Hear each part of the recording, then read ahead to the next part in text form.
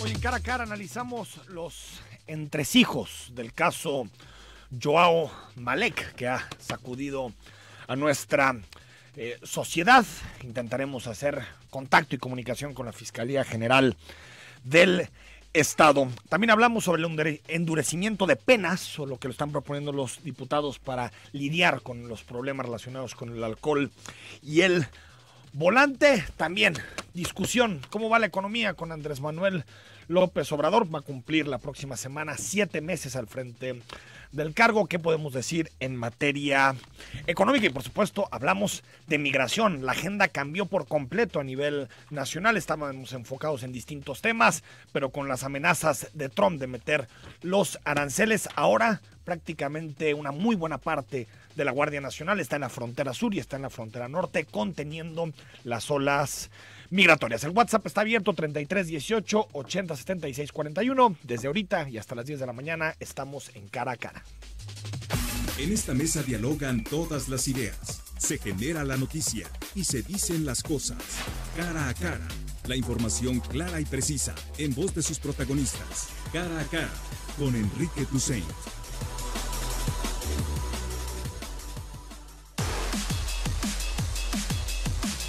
9 de la mañana con 5 minutos, llena de contradicciones, de posicionamientos encontrados. Pues la información que ha ido revelando la Fiscalía General del Estado en torno al tema del futbolista Joao Malek. Hay que recordar que el domingo por la mañana asesinó, así se tiene que decir, a una pareja por ahí de las 9 de la mañana en la avenida Tepeyac. Ya lo supimos con los peritajes que están haciendo bajo los influjos del alcohol. Sin embargo, ha habido versiones encontradas de parte de la Fiscalía. Hoy decide el juez si se inicia proceso o no, si lleva su proceso en libertad o se decreta prisión preventiva. Estamos esperando el posicionamiento de la Fiscalía General del Estado en torno a esta materia. Pero comenzamos hablando de economía, muchísima información en torno a este tema en las últimas horas. Andrés Manuel López Obrador ha dicho que la economía va por buen camino, ha dicho en nuestras últimas semanas que habrá un crecimiento importante del PIB, a pesar de que algunos organismos internacionales y nacionales ya han empezado a reducir el porcentaje de crecimiento del Producto Interno Bruto para este año. También la semana pasada se habló de empleos, una caída en la generación de empleos. El presidente decía que no, que en realidad no estaban considerando los inscritos en el programa de Jóvenes Construyendo el Futuro. Mucha discusión sobre economía y por eso invitamos a dos economistas muy importantes aquí en Guadalajara para poder discutir un poquito cómo va el país en materia económica. Saludo, Israel Macías, doctor en economía y profesor de la Universidad Panamericana. Israel, ¿cómo estás? ¿Qué tal, Enrique? Buenos días al auditorio. Gracias por tomar la llamada. Y a Ignacio Román, doctor en estructuras productivas y sistema mundial y profesor de economía, administración y finanzas en el ITESO. Ignacio, ¿cómo estás? ¿Qué tal? Muy buenos días a ambos. A ver, empiezo contigo, Ignacio. En términos económicos, después de 6-7 meses, ¿podemos hacer una valoración general de cómo va el país? Híjole, pues es que no sé si realmente el país va o viene. La situación sí es complicada. Yo creo que el punto fundamental ahorita de situación difícil es en términos de nuestro sector externo, de la relación con el resto del mundo. A ver, recuperando un poquito la situación, México es un país altísimamente dependiente de la exportación de petróleo crudo y este petróleo pues se ha estado acabando. Hay problemas tanto en reservas, en exportación y también en producción misma, lo que hace que desde el 2015 seamos deficitarios en la balanza petrolera. Luego, México es importantísimo para el país lo que es la entrada de remesas de migrantes. Y también esto se encuentra profundamente amenazado por las políticas de Donald Trump.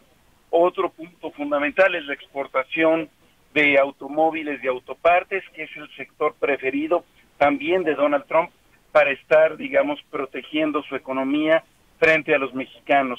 Y otro de los puntos importantes es la capacidad de endeudamiento, pero con la baja de calificación que está teniendo México, eso también se ve más amenazado y a costo más alto. El cóctel entonces es bastante delicado en este sector externo. Israel, ¿cómo ves? Pues sí, en general creo que hay un consenso de que la actividad económica en México viene paulatinamente desacelerándose, y pues ya prácticamente es muy complicado pensar que la economía mexicana va a crecer a la cifra que había comprometido el presidente, que al principio había dicho un 4%, a duplicar esa tasa de crecimiento del maldito periodo neoliberal. Sí. Pues no, ni siquiera reproducir la tasa promedio de ese periodo nefasto del 2%. Ya prácticamente todo el mundo ya está haciendo ajustes de que si crecemos al 1% en todo el año, pues ya nos debemos de dar por bien servidos, ¿no? En general, mes a mes, la industria, las exportaciones, la producción interna, incluso hasta el consumo interno, o sea, ya están mostrando estos signos de debilitamiento, y se nota pues en una variable que todo el mundo entiende, que es en este caso la generación de empleos. Sí. Y de ahí las cifras tan malas que ya reportabas, ¿verdad? A ver, eso quería comentar con ustedes, Israel, Nacho. ¿Qué nos dice la cifra de empleo? ¿Cómo analizarla, esta caída en la generación de empleos? ¿Tiene que ver con los programas sociales que se están implementando? ¿Cómo entendemos esta cifra? A ver, a mi parecer no dice mucho, porque estamos hablando solamente de la cifra de mayo.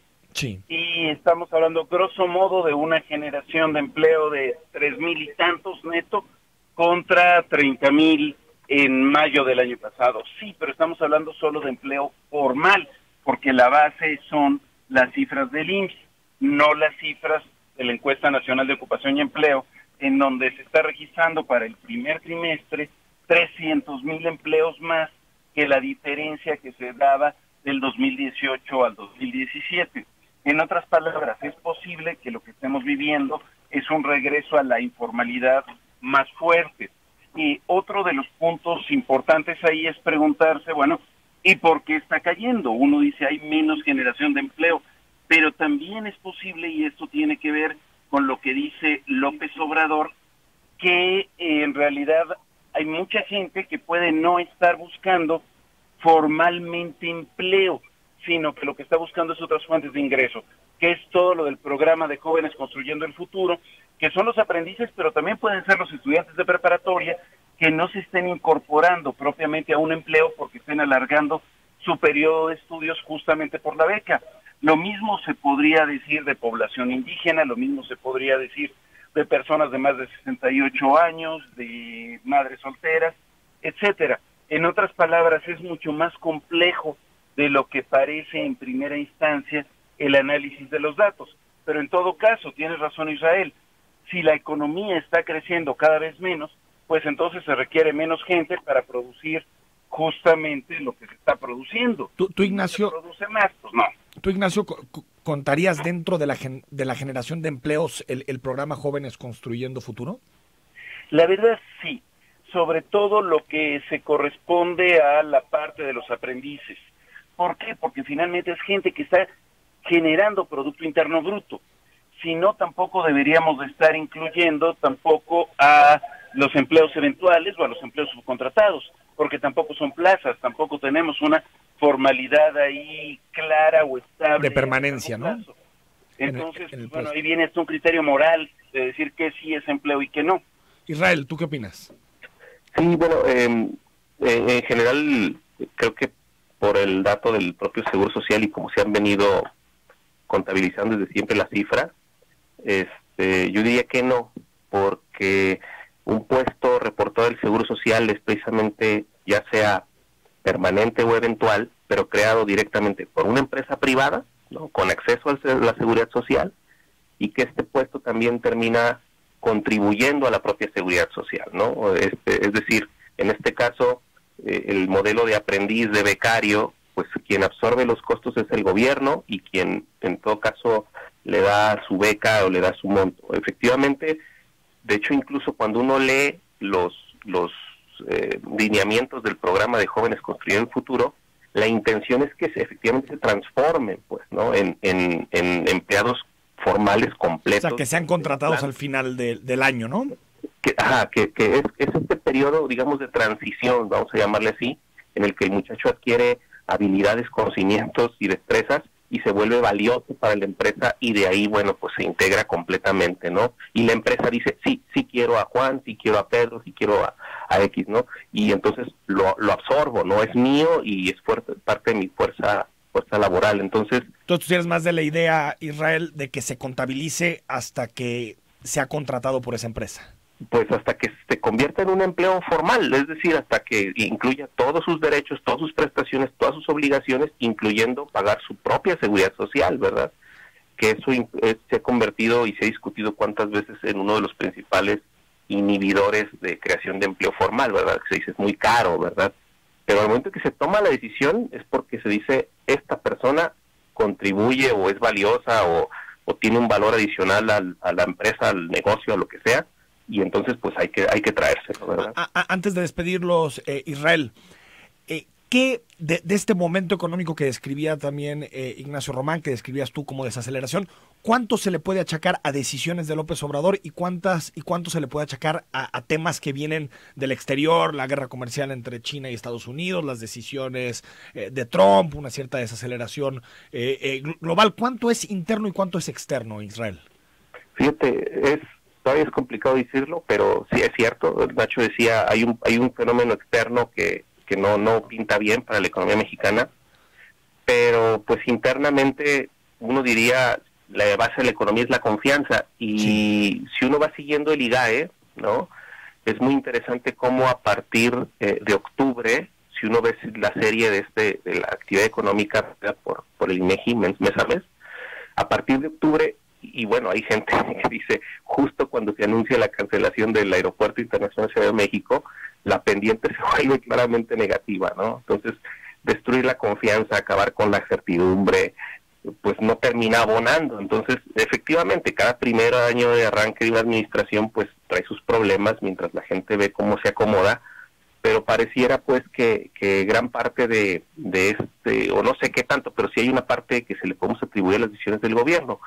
Temas de certidumbre, confianza, evidentemente un cambio de reglas a la industria y a los empresarios, pues no está contribuyendo a que la inversión fluya. Y el dato de inversión es impresionante, caídas permanentes, ¿no? Entonces, creo que todo se combina para que tengamos lo que tenemos ahorita. Incluso Jalisco en mayo ya destruyó empleo, ¿no? Entonces, por ahí todo va sumando, ¿no?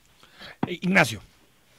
Mira, efectivamente hay tanto factores internos como factores externos en todo esto, pero ahí yo estaría un poquito en desacuerdo con la lógica de la confianza, porque efectivamente cuando uno ve el IGAE, pues estamos teniendo problemas de desaceleración, pero cuando uno veía el indicador de confianza del consumidor a partir de julio del año pasado, se generaron expectativas muy valiosas.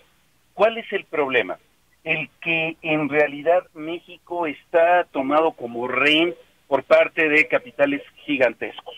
Y si se plantea una lógica que pueda generar eventualmente una mejora en la distribución del ingreso, una política fiscal un poco más transparente, de menos exoneraciones, sí, una política que se oriente más hacia el mercado interno, pues es ir contra los grandes capitales, y eso implica pérdida de confianza.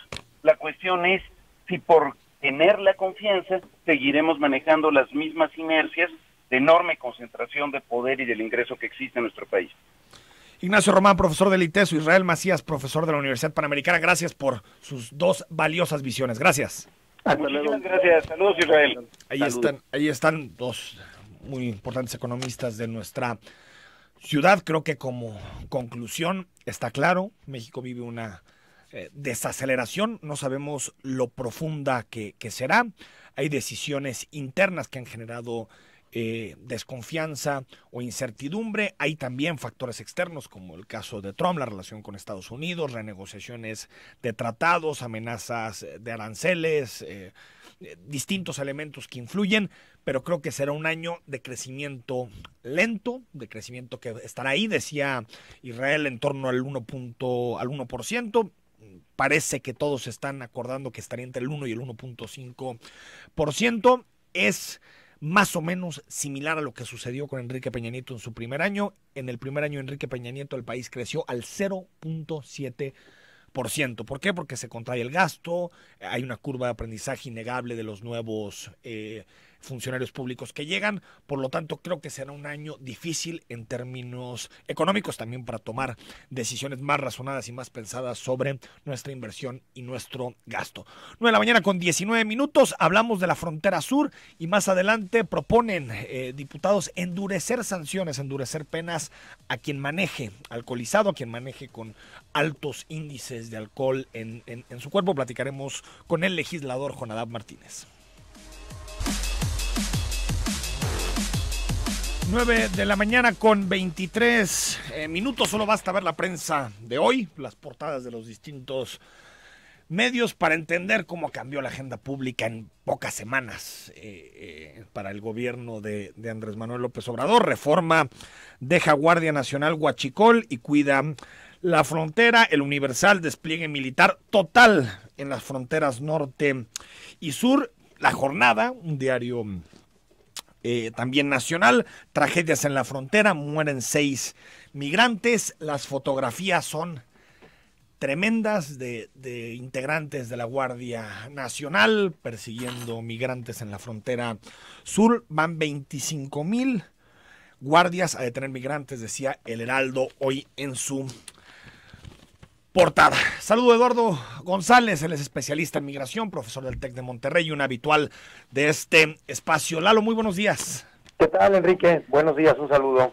¿Cómo estás viviendo tú que conoces también bueno, las dos fronteras las conoces muy bien, has hecho trabajo de campo, conoces los procesos migratorios? ¿Cómo estás viviendo toda esta militarización de las fronteras? Pues mira, Enrique, me parece muy grave el asunto que estamos viendo entre la Guardia Nacional y los elementos del Ejército que no pertenecen a la Guardia Nacional. Pues nos amanecemos con que al menos 15,000 elementos están persiguiendo migrantes. Es claro que ahora la criminalización de un acto de supervivencia como es la migración está colocándose como la principal política migratoria de la 4T.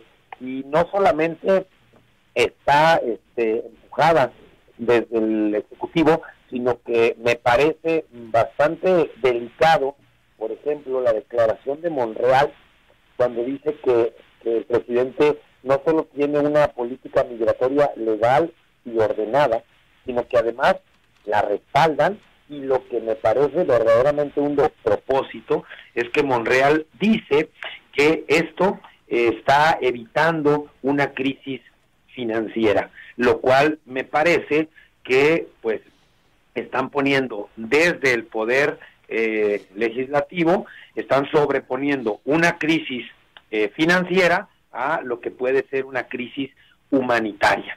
Y por otro lado, tenemos también el doble discurso del PAN y del PRI, que pareciera que no recuerdan lo que hizo Calderón, lo que hizo Fox, lo que hizo Peña, claro, para enfrentar a la migración también desde un espacio de militarización.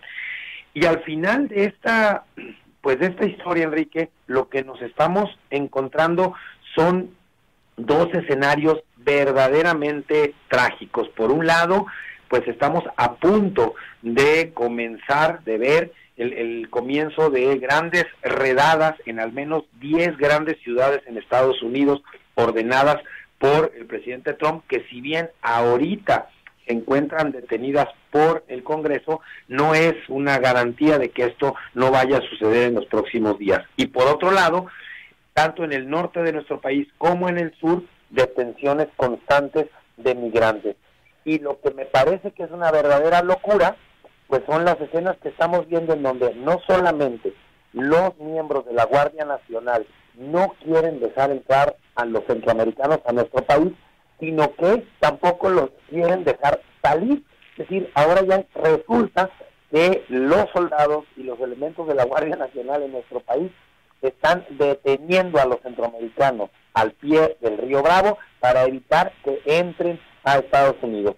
Me parece que estas escenas muestran una un claro mensaje de la esencia del acuerdo al que llegó el canciller Marcelo Ebrard con las autoridades de Estados Unidos. Cedimos pues prácticamente en esta materia, Eduardo, pues todas las decisiones y las definiciones en materia migratoria las cedimos a Washington, ¿no? Creo que también tú lo decías, Calderón, Peña Nieto, está claro, pero este gobierno llegó con otro discurso, ¿no? Sí, claro, llega con otro discurso y también, habría que decirlo, al inicio, con otras prácticas, con ofrecimiento de visas de trabajo, permisos de trabajo, que pudieran entrar, acceder a la salud, a servicios de salud, a servicios educativos, a poder establecerse por lo menos en los 4 o 5 estados del sur del país, y de ahí a lo que hoy tenemos, me parece que el cambio ha sido diametralmente opuesto a lo que, no solo al discurso con el que llega Andrés Manuel, sino a las primeras prácticas, y me parece que es evidente que así como en los gobiernos anteriores, el asunto migratorio en México se sigue decidiendo en el Departamento de Estado norteamericano. Oye, hoy en la conferencia de prensa de la mañana, el presidente López Obrador decía que legalmente la Guardia Nacional debe detener a los migrantes en la frontera, pero que ese no es el objetivo. Pues si no es el objetivo ese, pues las escenas dicen otra cosa, ¿no? Sí, lo que pasa es que en uno de los artículos de la creación de la Guardia Nacional, el quinto me parece, sí establece la posibilidad de que los elementos de la Guardia detengan a los migrantes, y en ese sentido a mí no me queda la menor duda de que lo van a hacer. Están ahorita postadas en estaciones de camiones, en carreteras, en puestos de control migratorio, en el río Suchiate, en el río Bravo. Me parece que 15,000 miembros del ejército mexicano, sean o no de la Guardia Nacional, para enfrentar un fenómeno como es la migración, lo único que va a generar en nuestro país es una grave crisis humanitaria, con el paso de estos migrantes que mientras no tengan condiciones para quedarse en su país, pues van a seguir entrando al nuestro, y que además, como están entrando, según las mismas estadísticas oficiales que tenemos, alrededor de 2,000 personas por día, pues tampoco hay manera técnica, no hay forma técnica de detenerlos, lo cual pues genera escenarios de muchísima violencia, de mucha tensión con los mismos militares, que necesariamente a la vuelta de los días vamos a comenzar a ver escenas en las cuales se violenten los derechos humanos de los migrantes. Y se vuelven, tú conociendo ahí el sur, la frontera, Eduardo, supongo que al ser más difícil cruzar, al ser más complejo, pues supongo que las mafias, los polleros y quienes transportan se vuelven más cotizados. Así es. Fíjate, Enrique, qué bueno que mencionas este punto, porque al final del día me parece que los grandes ganadores de este acuerdo con Estados Unidos son precisamente las bandas de polleros y de coyotes, que van a cobrar mucho más por cruzar a los migrantes. Los migrantes se van a ver obligados nuevamente a treparse a la bestia, de la cual se habían ya bajado en los últimos años, y van a ser obligados a recorrer las veredas más violentas de nuestro país.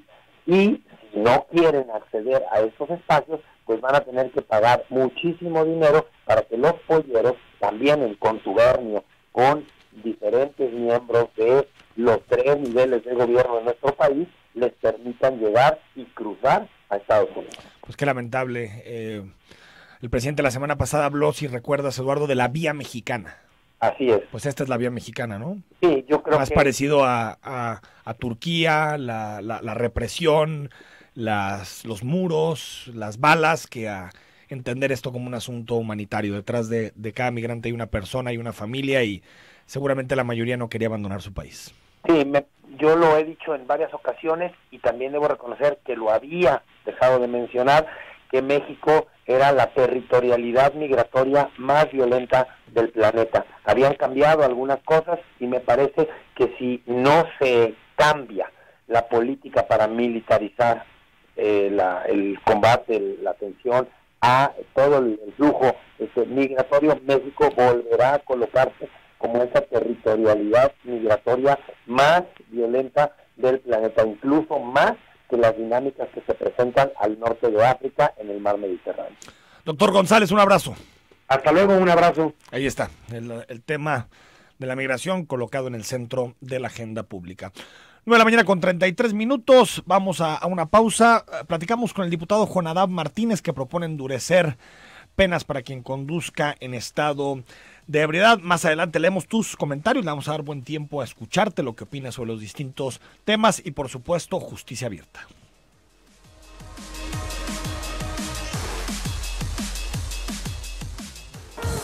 Mañana con 37 minutos, gracias por escribirnos, 33 18 80 76 41, muchos comentarios, mensajes analizando los distintos temas de la actualidad política y social. Estamos en martes 25 de junio. Bueno, usted lo sabe, lo hemos relatado desde el domingo pasado. Una pareja de recién casados falleció luego de que el vehículo en el que viajaba fue impactado por un Mustang que era conducido por el futbolista Joao Malek, de 20 años, quien, de acuerdo con peritajes, no frenó. Aparte hay un video en donde se aprecia que no frenó y a una alta velocidad. Lo que ha informado la Fiscalía es que se detectó, en particular en prueba de orina, alcohol en el cuerpo del jugador.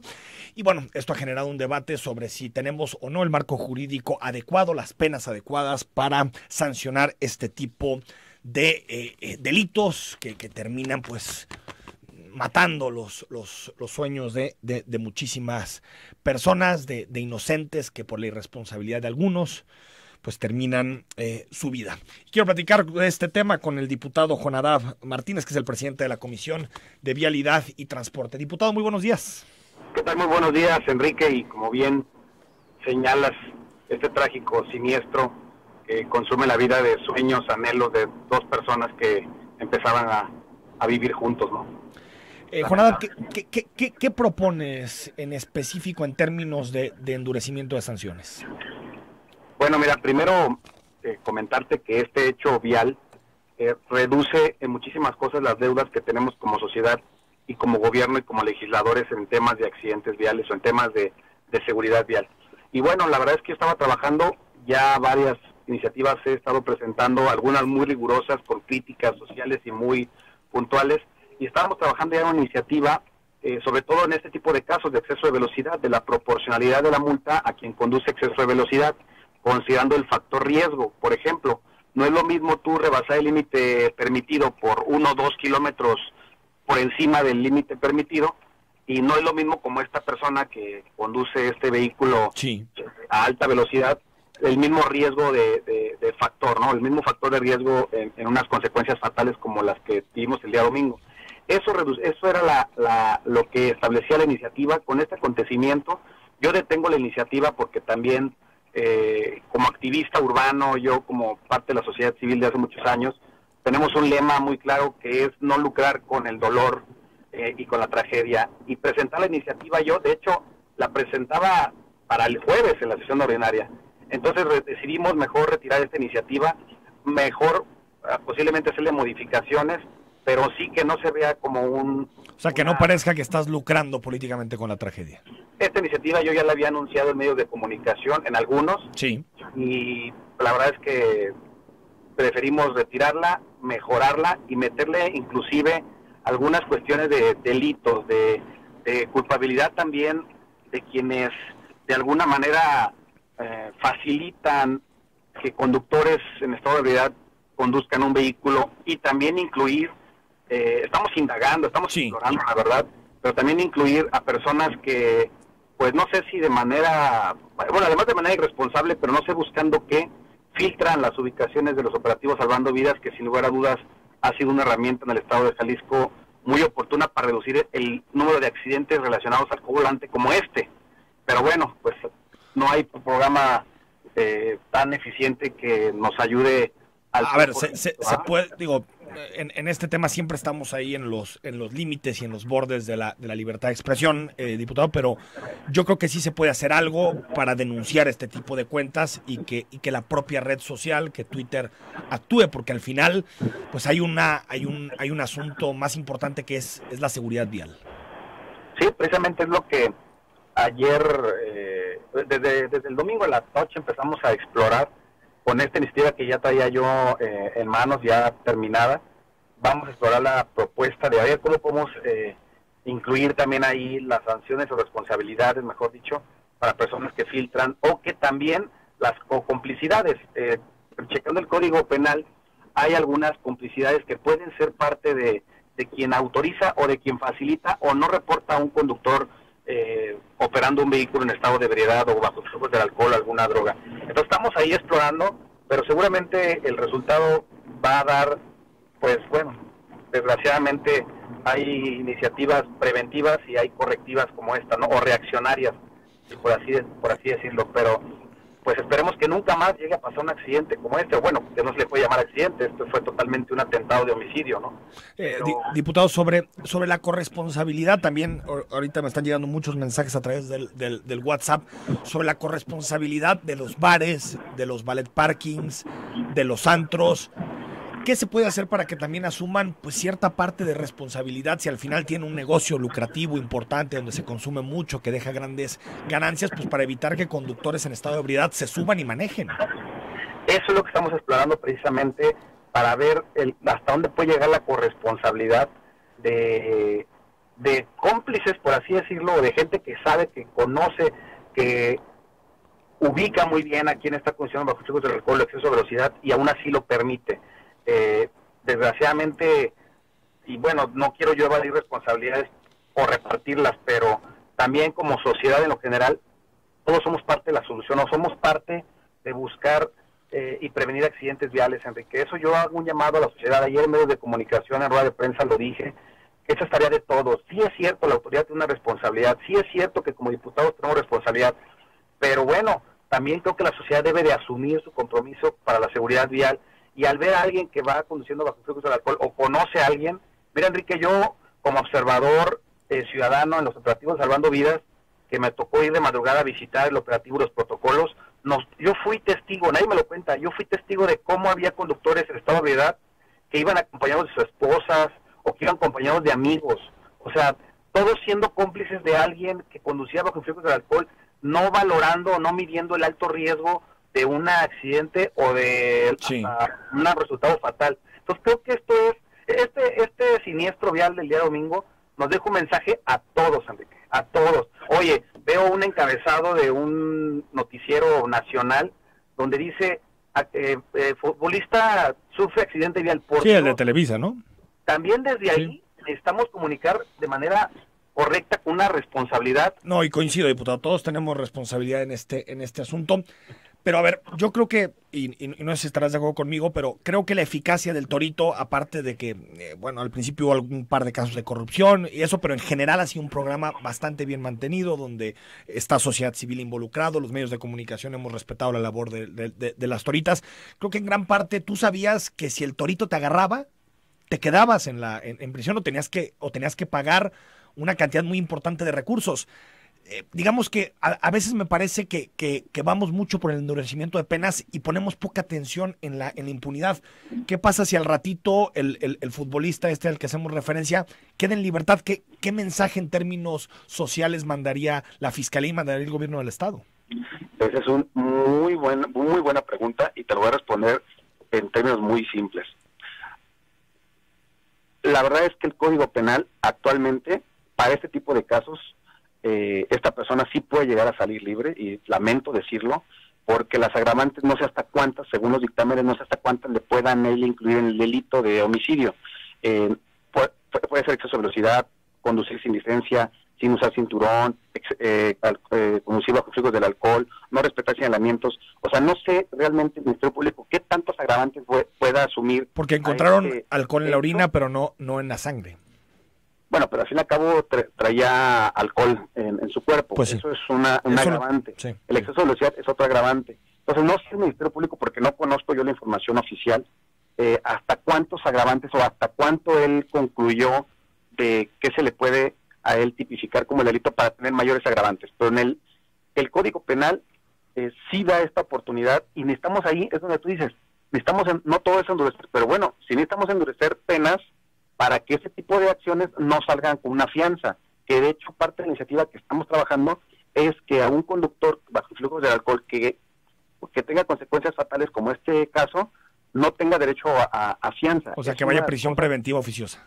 Pero eso sí tiene que ver con sanciones. O sea, la verdad es que sí va en contrasentido. O tiene que ver con impunidad, no tanto con sanciones. Ya después podrá venir una determinación del juez de cuántos años tiene que estar en prisión o no, pero sobre todo tiene que ver con el combate a la impunidad. Sí, pero si tú dices que no tiene derecho a fianza, pues la verdad es que ahí va a estar el detenido hasta que concluya el juicio. Hasta que concluya. No habrá otra oportunidad de impunidad de salir con una fianza. Por lo menos tenemos como una seguridad de que estar ahí. Hoy en día, la verdad es que el Código Penal sí permite que esta persona pueda llegar a salir bajo fianza conforme al nuevo de agravantes que le hayan identificado, señalado, ¿no? Que yo no las conozco al 100%. Te tengo que despedir, Jonadab, pero solo para que quede claro, la iniciativa está parada, vas a comenzar mesas de diálogo para nutrirla, para fortalecerla y se presentará, supongo que en próximas semanas. Sí, aprovecho para convocar a abogados penalistas, sobre todo, yo no tengo en mi grupo de asesores penalistas, pero si por ahí alguien que escucha y que trae esa voluntad de compromiso social, pues por favor necesitamos abogados penalistas que nos den realmente una asesoría muy clara y objetiva para no cometer errores y dejar después hechos como pues no tan castigados como deben ser. Esperaremos, ya en próximas horas tendremos la resolución de este caso, la primera sentencia del juez. Si está en prisión preventiva, lleva su proceso en libertad. Gracias, diputado. Enrique, muchísimas gracias, que tengas un excelente día. Muy buenos días. 9:48 a.m, al corte, justicia abierta, y comentamos más bien, hay muchísimos mensajes que están llegando a través del WhatsApp, los comentamos con ustedes.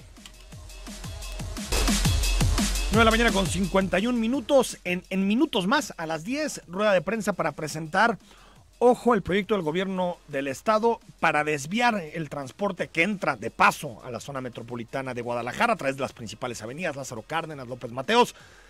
Desvío para el macrolibramiento, una estrategia que presenta el gobierno del estado a partir de las 10 de la mañana, y mañana está con nosotros Mario Silva para explicarnos punto por punto exactamente cómo se va a desviar ese transporte que solamente atraviesa la zona metropolitana de Guadalajara y que pues termina colapsando el periférico, termina colapsando López Mateos, Lázaro Cárdenas, porque no existen vías alternas para llegar sobre todo al puerto de Manzanillo. Es martes de justicia abierta y creo que Manuel Ayala, hoy profesor de la Universidad de Guadalajara, escogió un tema de muchísima actualidad también por el asunto que estamos discutiendo: democracia, libertad de expresión y presunción de inocencia. Manuel, ¿cómo estás? Bien, Enrique, buenos días. A la orden. Mira, pues pocos principios jurídicos son tan fáciles de formular y tan difíciles de llevar a la práctica como el principio constitucional de presunción de inocencia. En la agenda pública, como bien dices, un tema fundamental sin duda es la democratización de los medios de comunicación. Como todo proceso, la democratización involucra a múltiples actores y pluralidad de instituciones en interacción. En particular, me voy a referir a la relación entre los medios de comunicación como actores de la democracia y los derechos constitucionales como institución básica de una sociedad democrática. El rol de los medios de comunicación frente al principio constitucional de presunción de inocencia. Este principio parece sencillo de explicar. Consiste en que todos somos inocentes frente al Estado, en tanto éste no pruebe, más allá de toda duda razonable, lo contrario. Es decir, que somos culpables de un delito o de una conducta ilegal. Detrás de la aparente sencillez se esconde una realidad muy compleja. Diariamente, los jueces nacionales tienen muchos problemas para aterrizar el principio de presunción de inocencia en sus sentencias. Unas veces porque no lo entienden, porque no quieren entenderlo o simplemente porque no lo aplican. Otras porque se enfrentan a una gran exposición mediática de los asuntos que habrán de resolver, donde a través de notas periodísticas, tweets, likes o hashtags, se realiza una especie de juicio sumario público en el que se emite un veredicto, el cual aparentemente nada más falta que esté confirmado por el juez. Es un hecho que el principio constitucional de inocencia está lejos de ser un pilar de la justicia mexicana. Impera entonces una suerte de principio de culpabilidad en nuestro sistema que también opera en la opinión pública. El principio fue introducido expresamente en México apenas en 2008, no obstante que esto ya es una victoria jurídica que se remonta al siglo XVIII. La actualidad de este principio es que no se agota en los tribunales. El Comité de Derechos Humanos de las Naciones Unidas, en una observación general, la número 32, nos dice que todas las autoridades públicas tienen el deber de abstenerse de prejuzgar los resultados de un juicio o de una situación que implique un delito. Además, se deben abstener de realizar comentarios públicos en que se declare la culpabilidad de una persona o del acusado. Pero también implica que los medios de comunicación, dice la opinión, deberán evitar expresar opiniones perjudiciales a la presunción de inocencia. En todo el mundo las tecnologías de la información, y esto es un hecho palpable, ponen en tensión a los medios con el principio de presunción de inocencia.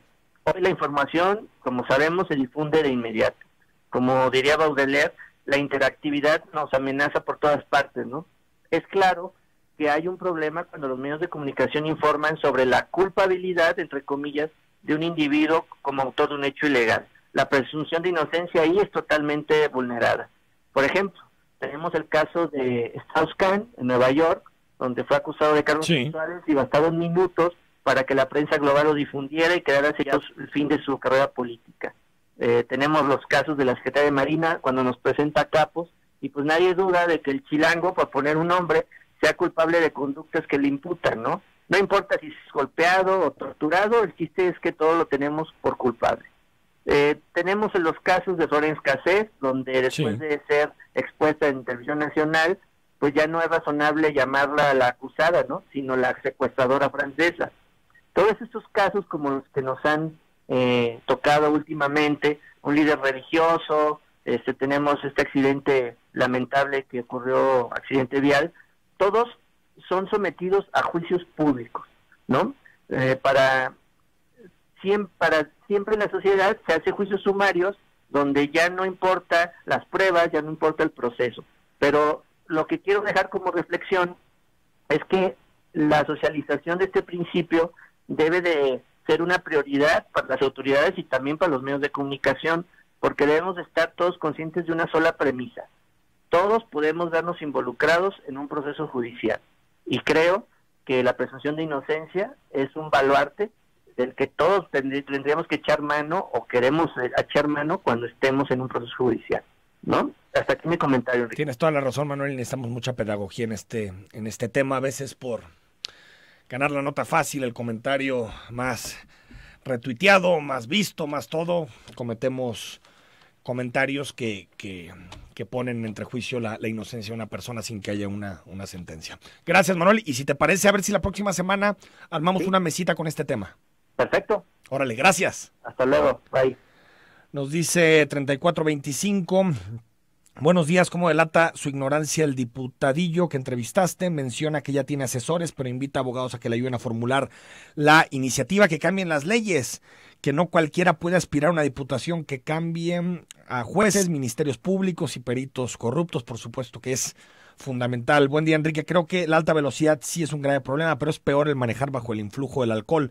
Para que los bares tengan corresponsabilidad requiere legislar y darle herramientas para poder actuar. Los diputados tienen que dejar de hacerse tarugos y que legislen bien. Es increíble que una persona que asesina a 2 personas en un choque con los agravantes de alta velocidad más el alcohol en la sangre salga con 45,000 por cada víctima. Da pena la estúpida ley. Gracias por tu comentario. Enrique, buenos días, excelente programa. ¿A quién no le queda claro que mató a 2 personas en estado de ebriedad? Su carrera ya no le debería importar a nadie. Miguel Ángel nos dice, buen día, yo recuerdo que cuando se comenzó con la ley antiborracho se legisló con 2 agravantes, no tenía derecho a fianza. Nos dice también Alberto Cuervo, no entiendo por qué no hacen las leyes como en Estados Unidos. ¿Sabes cuánto te cuesta una multa por alcoholímetro? 10,000, te quitan la licencia, te mandan a clases de alcoholismo, te mandan a la corte y el dinero, si no lo tienes, te lo van quitando de tu cheque. Gracias, Alberto. Adriana, buen día, Enrique. Hace varios años le pasó lo mismo a un amigo. Un borracho le chocó en Avenida Vallarta y Díaz de León mató a los 2 tripulantes y dejó al esposo de mi amiga en terapia intensiva y salió en libertad. Increíble, Adriana. Gracias por compartirnos este elemento. Nos dice también Alberto Vallardo, buenos días.